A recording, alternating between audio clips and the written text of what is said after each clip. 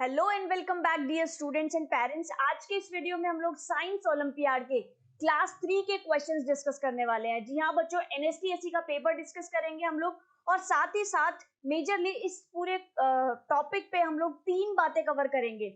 Science के कुछ questions, critical thinking question जो कि लास्ट में होते हैं आपके पेपर में, वो कैसे सॉल्व किए जाते हैं, कैसे क्वेश्चंस होते हैं, क्या ट्रिक्स और टिप्स लगानी चाहिए उसके ऊपर, और आपका जो आने वाला ओलंपियाड है उसका एक्शन प्लान आप किस तरीके से बना सकते हैं, इसके पर भी हम लोग ब्रीफ में बात करेंगे। सो स्टार्ट करते हैं। फर्स्ट क्वेश्चन है हमारा साइंस का, जनरल साइंस का।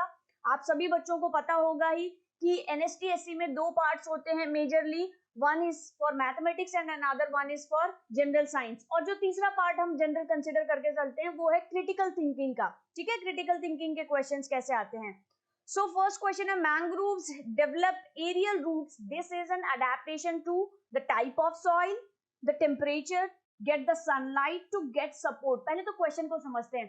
मैंग्रोव प्लांट्स में जो एरियल रूट्स मींस जो हवा में रूट्स डेवलप हो जाती हैं, सॉइल से बाहर रूट्स आ जाती हैं, वो किस टाइप का अडेप्टेशन है। सबसे पहले जैसे क्वेश्चन को पढ़ा, मैंग्रोव प्लांट की इमेज हमारे दिमाग में बन जानी चाहिए। चलो एक बार पहले मैं आपको पिक्चर दिखाती हूँ। ये देखो, इस टाइप से इनकी जो रूट्स होती है ना वो बाहर निकल के आ जाती है, चाहे वाटर में हो चाहे सॉइल के इधर बाहर सरफेस एरिया पे हो। इस टाइप से आप देखो कि ये जनरली सीसोर पे होते हैं, इनकी रूट्स बाहर आ जाती है। तो इसका रीजन क्या है, क्यों ऐसा होता होगा, क्या कौन से टाइप की अडेप्टेशन है?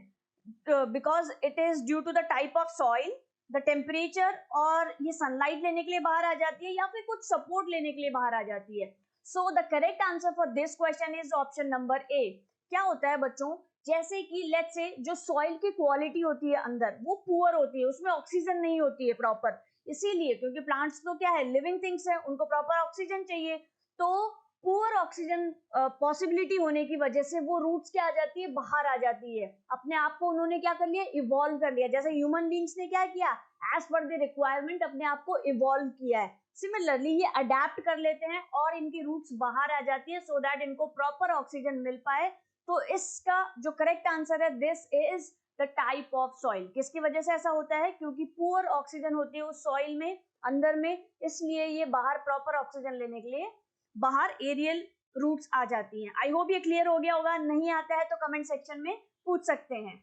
नेक्स्ट क्वेश्चन है, which of the following instrument is used to observe germs like bacteria. सब बच्चों को हैंड वॉश करने के लिए बोलते हैं, राइट, सो दैट सारे जर्म्स बाहर निकल जाएं।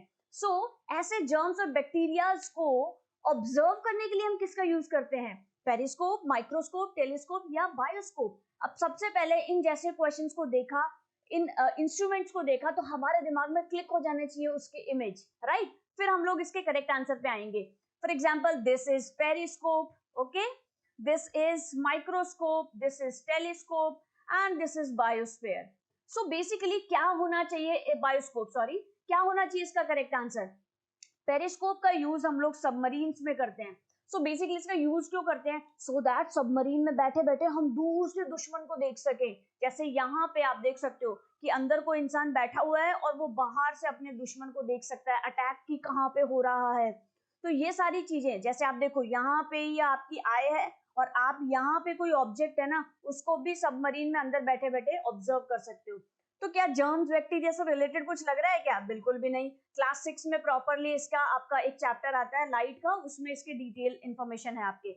माइक्रोस्कोप, यस बच्चों, इसी में हम स्लाइड पे और भी अच्छे अच्छे एक्सपेरिमेंट करोगे आप बायो में। सो माइक्रोस्कोप पे हम क्या करते हैं, जर्म्स, बैक्टीरिया, ये सारी चीजें देखते हैं। So the correct answer for this question is microscope. Telescope से तो आप सबको पता है, रात को हम तारे, सितारे और सारे प्लैनेट्स को भी हम देख सकते हैं।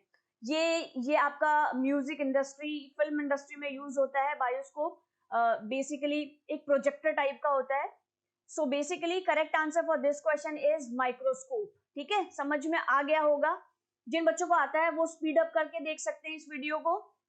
Next question, which of these bags is used for the environment. आजकल बहुत सारे अवेयरनेस प्रोग्राम चलाए जा रहे हैं, बिकॉज हमें अवेयर रहना चाहिए हमारी एनवायरमेंट के लिए।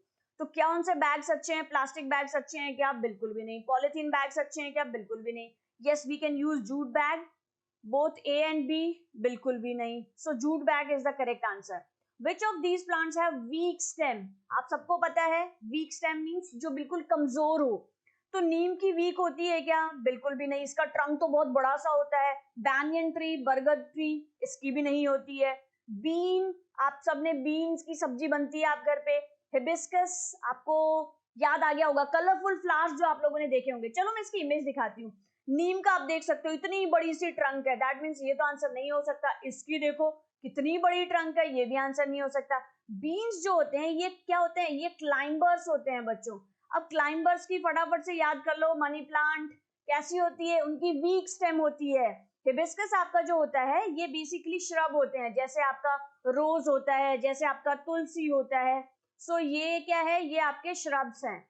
And these are the tree. आप लोगों को पता है बचपन में आप लोगों ने सबने पढ़ा है, creeper, climber, tree, herb, shrub, ये सब हम लोगों ने प्लांट्स की कैटेगरी पढ़ी थी। सो correct answer for this question is beans. और बीन्स क्यों है? Because it is a climber plant and climbers की जो होती है स्टेम बहुत ही सॉफ्ट और डेलिकेट होती है। Next question is which of these animals gnaws its food. अब इसमें सबसे पहले आपको इस वर्ड का मीनिंग पता होना चाहिए। जैसे ही आप ग्नॉज का मीनिंग जानते हो तो आपका आंसर आ जाएगा। इसका हिंदी मीनिंग होता है कुतरना। अब कौन कुतरता है? चूहा कुतरता है, कुतर कुतर कुतर, सबने देखा होगा ना। So the correct answer for this question is option number B. ये तो स्वेलो करता है। और डॉग और कैट तो ह्यूमन बींग्स की तरह खाते हैं, मिल्क को जरूर वो लैप करते हैं। The strong beak of woodpecker. अब जैसे ही वुडपेकर याद आया ना आपको, ट्रंक में क्या करते हैं? वो होल्ड करते रहते हैं अपनी बीक की हेल्प से। लेकिन वो कैसे दिखती है? अब जैसे ही आप ऑप्शन देखो, चीजल कैसे दिखती है?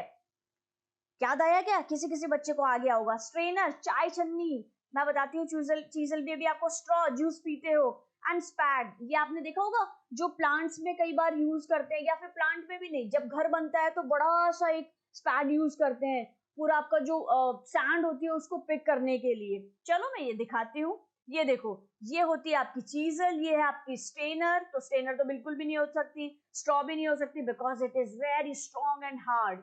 So basically it's like chisel like shape, ठीक है, जो कि बेसिकली क्या करती है, जैसे ये बहुत इजीली होल्ड कर देती है, इसी तरीके से ये भी क्या कर देती है, आपके ट्री में बहुत इजीली होल्ड कर पाती है। So the correct answer for this question is chisel. I hope सारे बच्चों को क्वेश्चन समझ में आ रहे होंगे। अगर कोई भी तरह का सजेशन है तो कमेंट सेक्शन में डाल सकते हैं कि स्पीड अप करनी है, स्पीड डाउन करनी है, कम समझाना है, ज्यादा समझाना है, सो दैट नेक्स्ट वीडियो में मैं उस टाइप की चीजें इन्वॉल्व करने की कोशिश करूं। Next question is which of the following color, fur or skin best suits the animal in snowy region? अब आप लोगों ने सबने देखा होगा कि स्नोई रीजन में पोला बेयर की कैसी स्किन होती है? अंदर से तो ब्लैक होती है, लेकिन बाहर से वो जो फर होते हैं वो कैसे होते हैं? वो डेफिनेटली व्हाइट होते हैं। सो दैट वो अपने आप को क्या कर लें, उस व्हाइट स्नो के अंदर अपने आप को छिपा ले, सो दैट उनको प्रेडेटर ना देख पाए। ठीक है, जनरली सभी का ऐसा होता है ना। कैमल की भी स्किन कैसी होती है? क्योंकि वो टेरेस्ट्रियल लैंड पे रहते हैं, वो लैंड पे रहते हैं, तो उनकी स्किन कैसी होती है? थोड़ी मिट्टी की टाइप की होती है। डियर की स्किन कैसी होती है? सो दैट वो क्या कर सकते हैं, अपने आप को छिपा सकते हैं। So the correct answer is option number D, find the odd one out. अब इनमें से आपको ऑड वन आउट देखना है। फॉर एग्जाम्पल ये पैरेट है, ये फ्लाई करता है, स्पैरो है, ये भी फ्लाई करती है, ये पीजन है, ये भी फ्लाई करता है, लेकिन ये मुझे क्रेन लग रहा है, और क्रेन तो क्या रहता है, वाटर में रहता है, इसीलिए this is the odd one out for this question. Next question is which of these reflect sunlight at night. Reflect का मतलब होता है बच्चों टकरा के वापस चले जाना। सो बेसिकली कौन रात को, ऐसा कौन सा ऑप्शन है जो कि लाइट को रिफ्लेक्ट करता है रात में? अर्थ करती है क्या? नहीं, earth is a planet. Moon क्या है? मून सनलाइट को रिफ्लेक्ट करता है और उसकी वजह से हमें विजिबल होता है। समझ गए क्या रिफ्लेक्ट का मतलब? लाइट आई, टकरा के वापस चली गई, तो क्या होता है, सनलाइट से लाइट आती है, मून पे आती है, टकराती है और आपकी आंखों में आती है, इस वजह से, उस रिफ्लेक्शन की वजह से आपको मून दिखाई देता है। इस तरीके से समझना इसको। फॉर एग्जाम्पल ये आपका क्या है, सन है, यहाँ पे आपका क्या है, मून है, ठीक है। और फॉर एग्जाम्पल यहाँ पे आप चुन्नू मुन्नू जो भी आपका नाम है, तो लाइट यहाँ से आई, यहाँ पे टक्कर खाई, और यहाँ पे आपकी आईज में आपको विजिबल हो गई। This is the process of reflection, जो कि अगेन आप क्लास 6 में पढ़ोगे, ठीक है, क्लास 6 में पढ़ोगे रिफ्लेक्शन का प्रोसेस। अभी आपको सिर्फ क्या समझ लेना है, आके टकरा के वापस जाना is called reflection. So in the given flow chart identify P and Q. ऐसे क्वेश्चंस बहुत अच्छे से समझना है बच्चों आपको, क्योंकि सारे ओलंपियाड्स में ऐसे क्वेश्चंस आते हैं. So basically P and Q आपको बताना है. कैसे सॉल्व करेंगे हम? टाइप्स ऑफ प्लांट्स हमें गिवन है यहाँ पे, trees, shrubs, herbs, climber and clipper. अब यहाँ पे एग्जांपल्स है, इजी क्वेश्चन है. ट्रीज का एग्जांपल मैंगो सही है. श्रब का एग्जांपल अब हम देखेंगे अभी, हर्ब्स स्पिनच है, क्लाइंबर्स क्यू है और क्रीपर्स पंपकिन है. ठीक है, जो गिवन है वो तो सही है. अब श्रब देखो कि पी श्रब कौन कौन से हैं. बैनियन ट्री होता है, श्रब नहीं होता है. नीम भी ट्री होता है. तो दो ऑप्शन तो वैसे ही एलिमिनेट हो गए. अब इन दोनों ऑप्शन में से करेक्ट आंसर क्या होगा देखते हैं. कॉटन और टोमेटो, ग्रेप और वाटरमेलन. क्या क्लाइंबर वाटरमेलन होता है क्या? बिल्कुल भी नहीं, क्योंकि इट इज अ क्रीपर. तभी तो नीचे रहता ना, ऊपर रहेगा. सोचो इतना बड़ा वाटरमेलन गिर जाए सिर पे तो क्या होगा. Okay, so again this is the incorrect. Grapevine आप सबको पता है, it is a example of climber. तभी तो आपने देखा ना, अंगूर ऐसे ऊपर लटके हुए रहते हैं. इवन मैं आपको इमेज भी दिखाऊंगी अभी आने वाले क्वेश्चंस में. सो the correct answer for this question is option number A. फिर से बताती हूँ, हमें जो लग रहा है कि बिल्कुल ही आंसर नहीं होगा उनको सबसे पहले एलिमिनेट कर लेते हैं, उनको हटा देते हैं. जैसे सी और डी तो बिल्कुल नहीं हो सकता. क्यों नहीं हो सकता है? क्योंकि पी, बैनियन और नीम ट्री तो हो ही नहीं सकते, क्योंकि पी हमारा जो होना चाहिए वो श्रब है. तो दो ऑप्शन तो हमने 50-50 वैसे ही कर दिया. अब रिमेनिंग टू में से आप थोड़ा सा श्योरिटी वाले पे जाओ, कि आपको अगर थोड़ा भी श्योरिटी है कि ग्रेप वाइन क्या है, इट इज अ क्लाइंबर, और वाटरमेलन क्या है, अगर क्लाइंबर नहीं है, इट इज अ क्रीपर. तो ऐसे आप एलिमिनेट कर सकते हो. डायरेक्ट आंसर आता है, इट्स वेरी नाइस. बट नहीं आता है तो इस तरीके से भी आप ऐसे क्वेश्चंस को एलिमिनेशन रूल से कर सकते हैं. Which of the following objects are made from nylon? Nylon, cotton सब जानते हो, तो वैसे ही जो नायलॉन से कौन से ऑब्जेक्ट्स बनते हैं? Umbrella, raincoat, fishing net and all of these. तो अम्ब्रेला भी आपकी बच्चों नायलॉन से बनती है, रेनकोट भी आपका नायलॉन से बनता है. अब आपको फैब्रिक याद आ गया होगा कि अम्ब्रेला का फैब्रिक कैसा होता है, वैसा ही हमारा रेनकोट का होता है.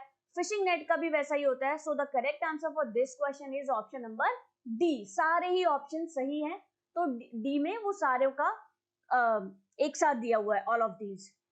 नेक्स्ट क्वेश्चन है, a thermometer is used to find out some details when a person is इल.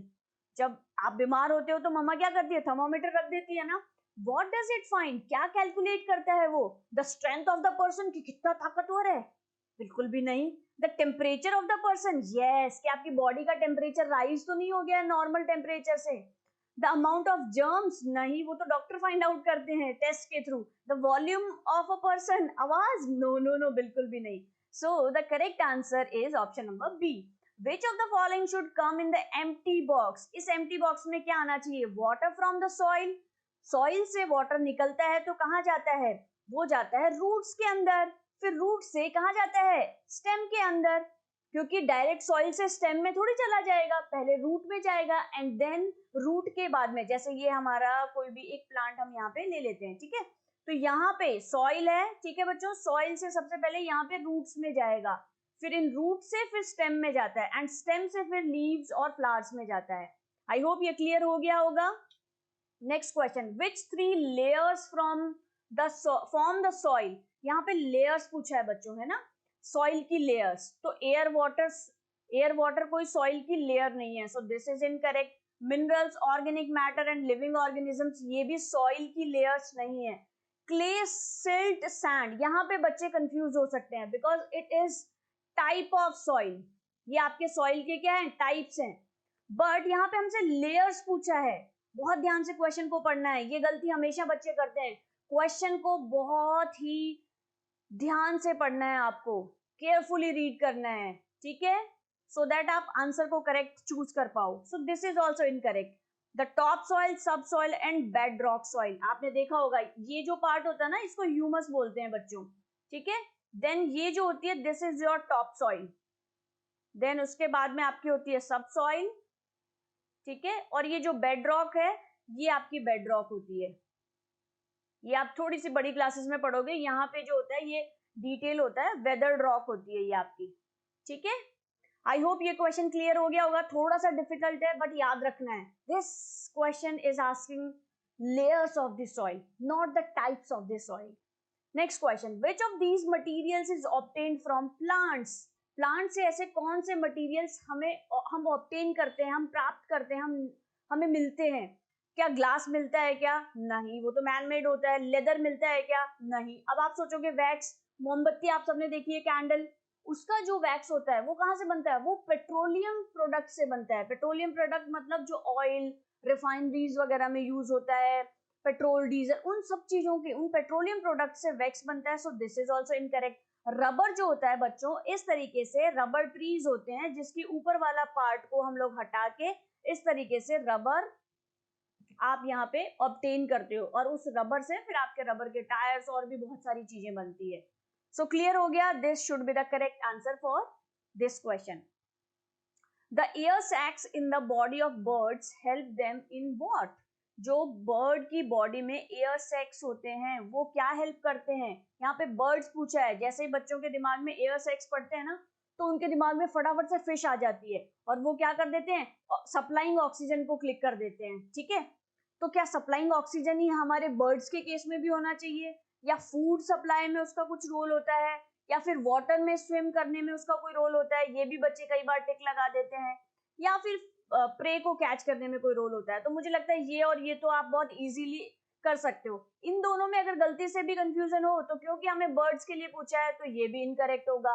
सो क्या होगा इसका करेक्ट आंसर? Supplying oxygen. जो बर्ड्स होती हैं बच्चों, उस बर्ड्स की बॉडी में जो सेक्स होते हैं वो क्या करते हैं, इस तरीके से जो ऑक्सीजन की सप्लाई होती है ना, वो वन वे जाके उनको इजीली सप्लाई अच्छे से कर पाते हैं, और इसकी वजह से वो फ्लाई भी बहुत अच्छे से कर पाते हैं।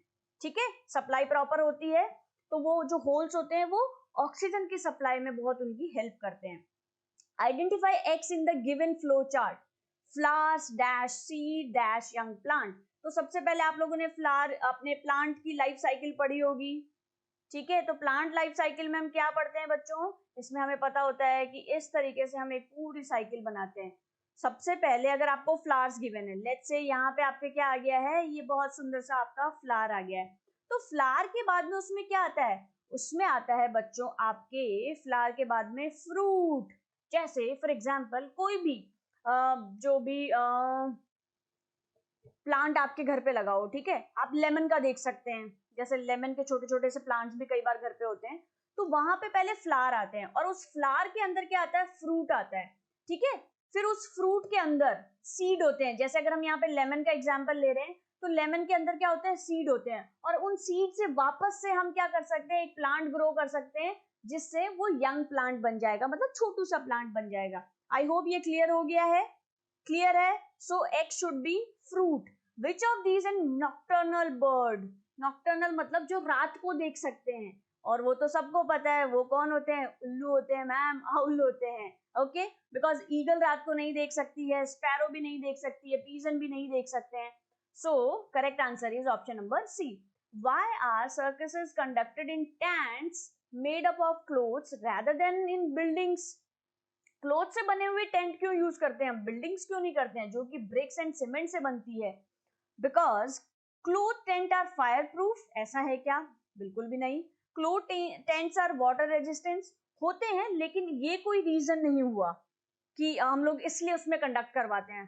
Cloth tent provide protection from wild animals? नहीं। It is easy to shift the cloth tent from one place to another, क्योंकि सर्कस कभी कोटा में लगता है, कभी राजस्थान में, जयपुर में लगता है, तो कभी बंगाल में लगता है, तो कभी पंजाब में, कभी दिल्ली में, महाराष्ट्र में। तो इस टाइप से उनको जगह शिफ्ट करनी होती है। अगर बिल्डिंग्स बना बना के वो करेंगे तो बिल्डिंग्स को कैसे शिफ्ट करेंगे? Okay, so the correct answer is option number D. Which of these is a perching bird? Perching bird के आपको जैसे ही क्वेश्चन में आए ना, आपके दिमाग में आ जाने चाहिए इनके क्लॉज। ये देखो बच्चों, इनके ना 4 होते हैं बेसिकली। ठीक है, मैं आपको यहाँ पे एक पिक्चर और दिखाती हूँ। देखो, इनके 4 जो टोज होते हैं ना, उसमें से 3 तो आपके होते हैं फ्रंट में, ठीक है, और 1 होता है आपका बैक में। जैसे आप स्पैरो को देखो, इनके 3 तो होते हैं फ्रंट में, और एक होता है, जैसे देखो पीछे की साइड में, यहाँ पे एक होता है आपके बैक में, या फिर इस पिक्चर में भी आप देख सकते हो 3 तो आपके फ्रंट में है, 1 इज इन बैक साइड। ये देखो यहाँ पे। I hope it is clear. तो ऐसा जो होता है वो किसके होता है? यहाँ पे आपको देखना है,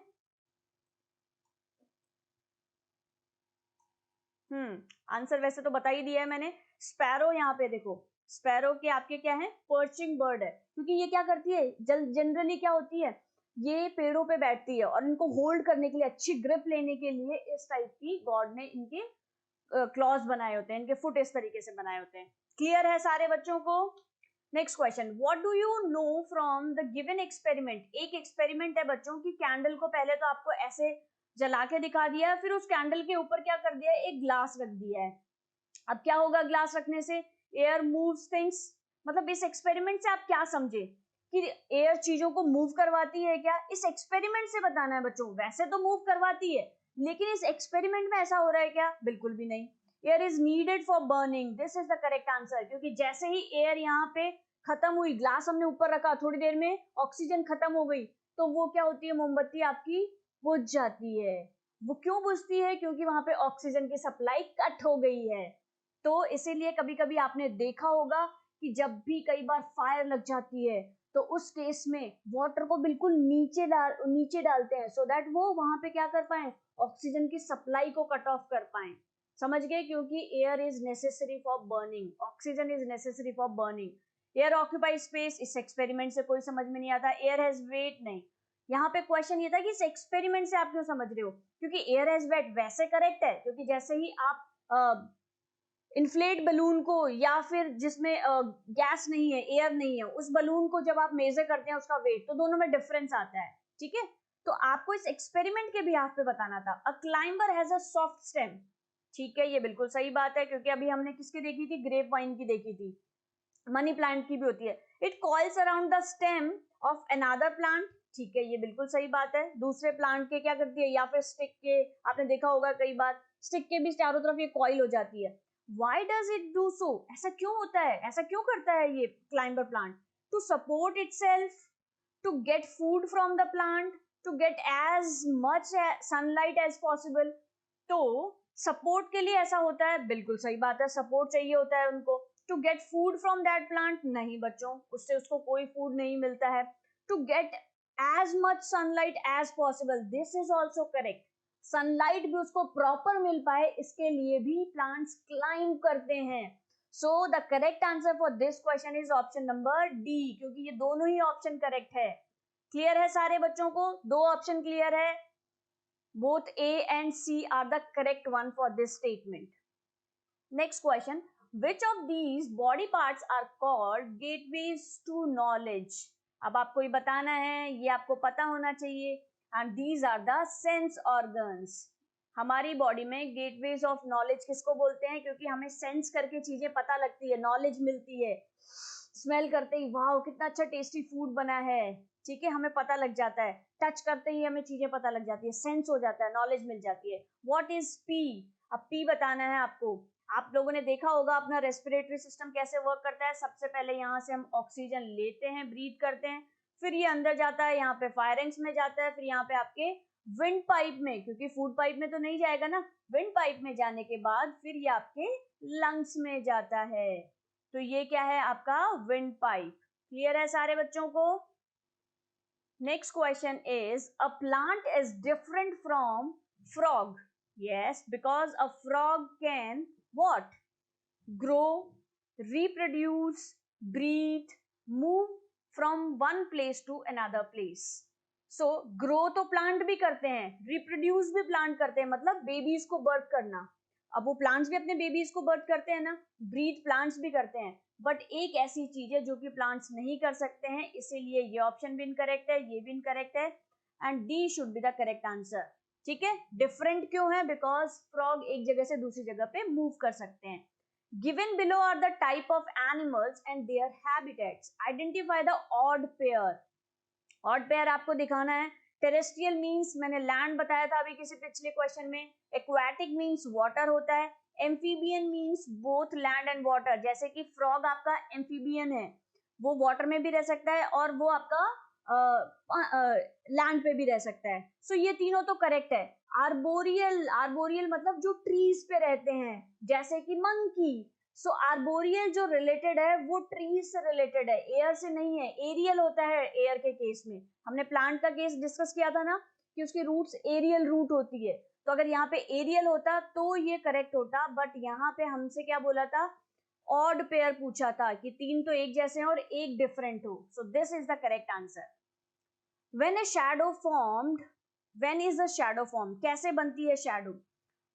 When light is blocked by a piece of cardboard, when light is passed through a glass plane, when light is allowed to pass through a piece of transparent paper, when light is passed through a magnifying glass. अब बच्चों magnifying glass में से भी light क्या हो जाती है, एकदम एक साइड से दूसरी साइड में पास हो जाती है.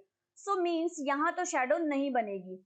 When a light is allowed to pass through a piece of transparent paper, transparent से क्या होगा, एक यहाँ से दूसरी, जैसे व्हाइट कलर के आपकी शीट होती है ना, कई बार आप लोग कवर चढ़ाते हो, तो इससे भी हमारी शेडो नहीं बनेगी. When a light is pass through glass plane, again glass से लाइट क्या हो जाएगी, पास हो जाएगी, तो इससे भी नहीं बनेगी.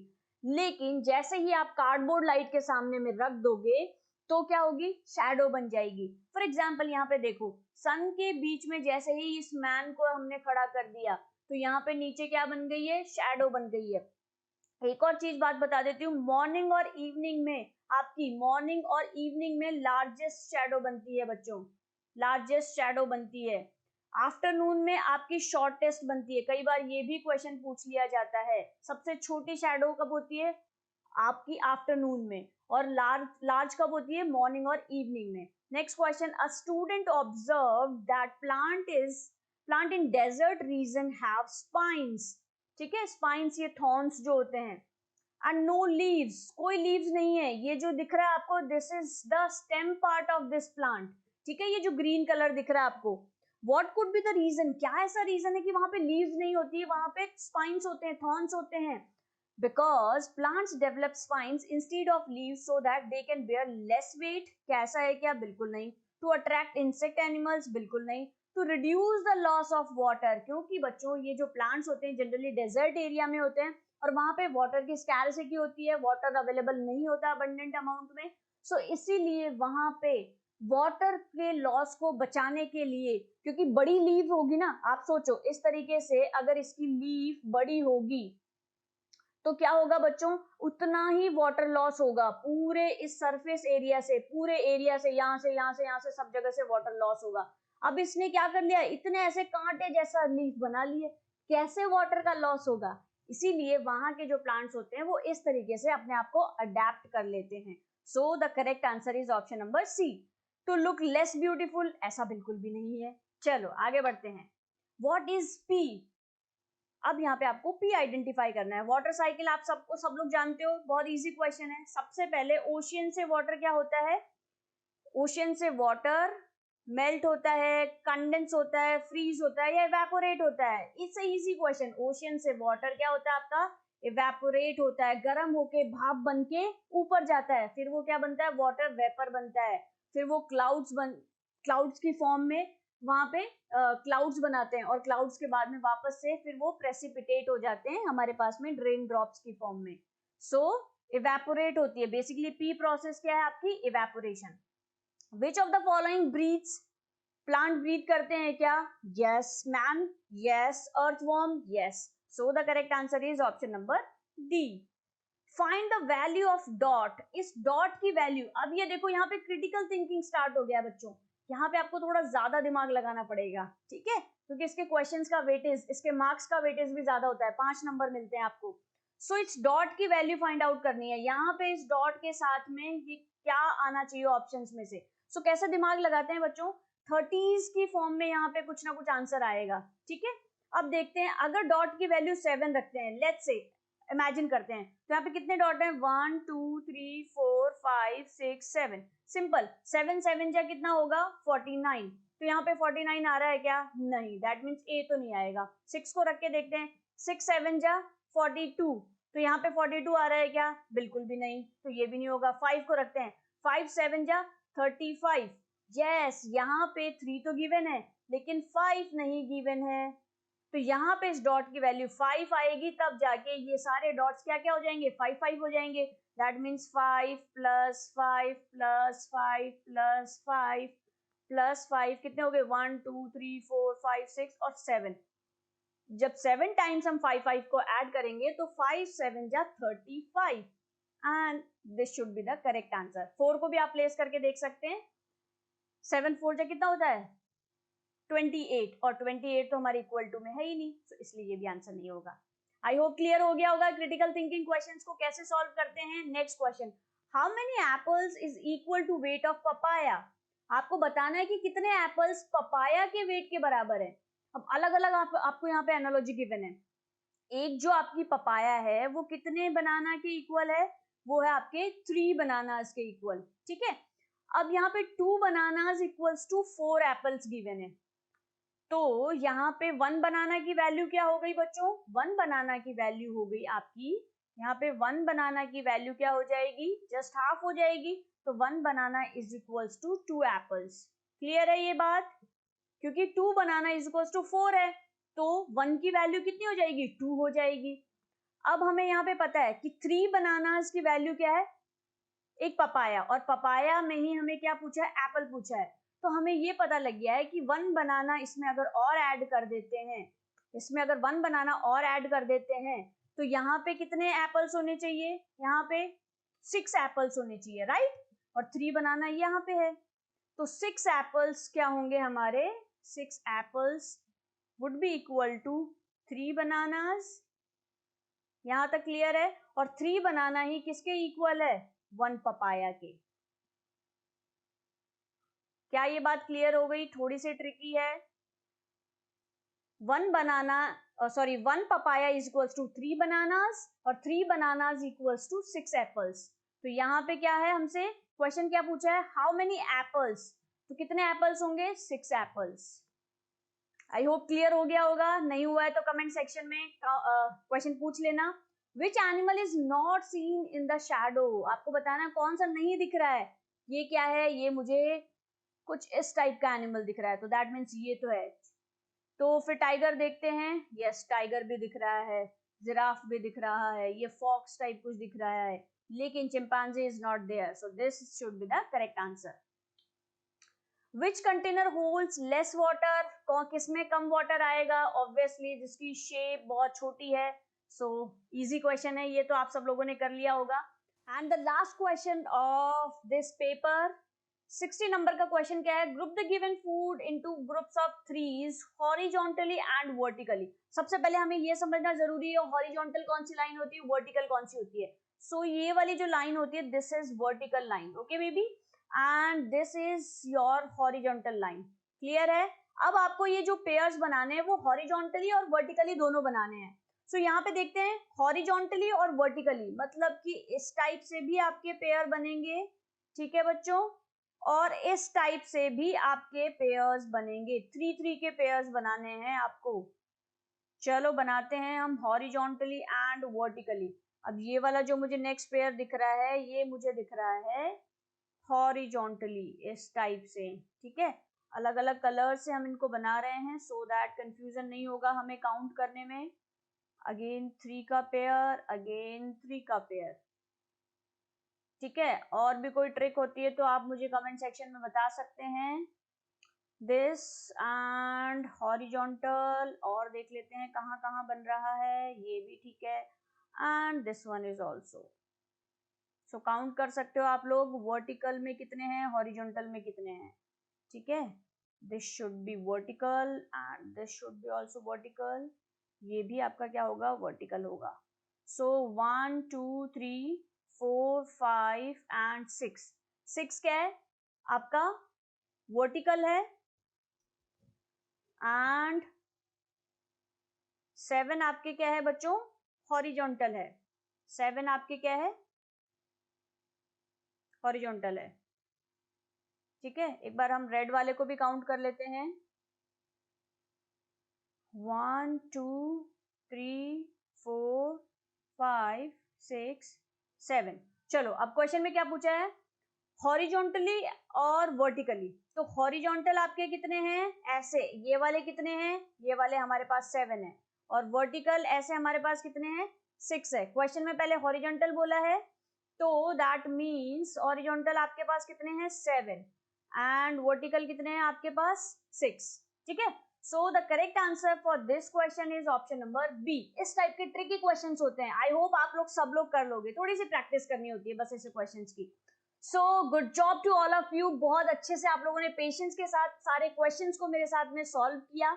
ऐसे ही आपको प्रैक्टिस करते रहनी है और नेक्स्ट वीडियो किस टॉपिक पे लेके आना है ये भी मुझे बताना है कि हमें टॉपिक वाइज करना है। और भी बहुत सारे क्लासेस के बहुत सारे वीडियोस में लेकर के आने वाली हूँ, तो चैनल पे बने रहना है आप सबको। और अगर वीडियो अच्छा लगता है तो please do like share and subscribe, because ये आपके लिए फ्री है बट इससे मुझे बहुत हेल्प होने वाली है।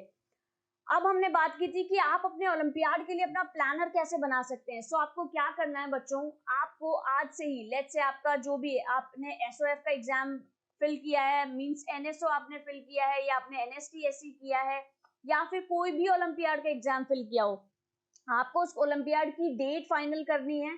देखना है कि आपके पास में कितने मंथ्स हैं, ठीक है। तो लेट्स से मेरे पास 2 मंथ्स है, तो अभी हम 1 मंथ का गोल बनाएंगे। पूरे सिलेबस को हमने 2 मंथ्स में क्या कर देंगे, बाइफरकेट कर देंगे। इवन 2 मंथ से पहले ही 1.5 मंथ्स में ही हमारा कंप्लीट हो जाना चाहिए, बिकॉज लास्ट के 15 डेज तो रिविजन के लिए होने चाहिए ना।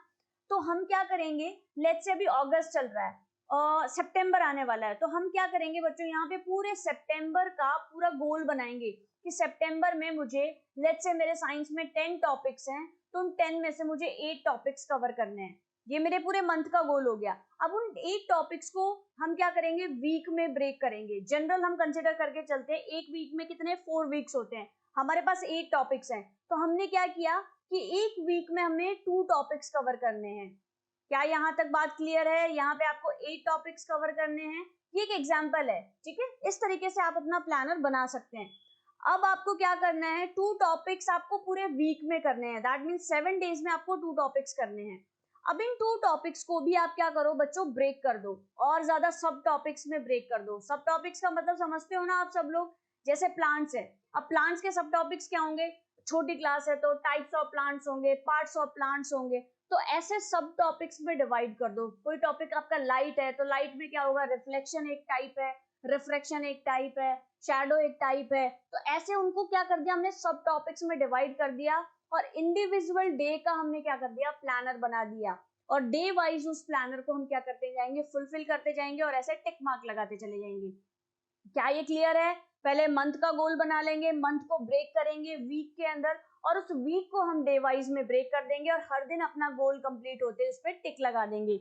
इससे डेफिनेटली आपको अपने ओलंपियाड में, जब हम प्री प्लानिंग करके चलते हैं ना बच्चों, जरूर हमें हेल्प मिलती है और आप लोग श्योर कोई ना कोई मेडल लेके आओगे, क्लास टॉपर का, आपका जोन टॉपर का, या फिर रीजनल टॉपर, या कोई सा भी, ठीक है। और बहुत सारी इससे आपकी हेल्प होगी एग्जाम के अंदर भी।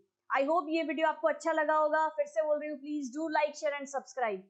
एंड नेक्स्ट वीडियो किस पे चाहिए वो भी मुझे कमेंट सेक्शन में जरूर बताना है। वीडियो कैसा लगा है ये भी मुझे कमेंट सेक्शन में बताना है। सो मिलते हैं नेक्स्ट वीडियो में, till then bye bye, take care and नमस्कार एवरीवन।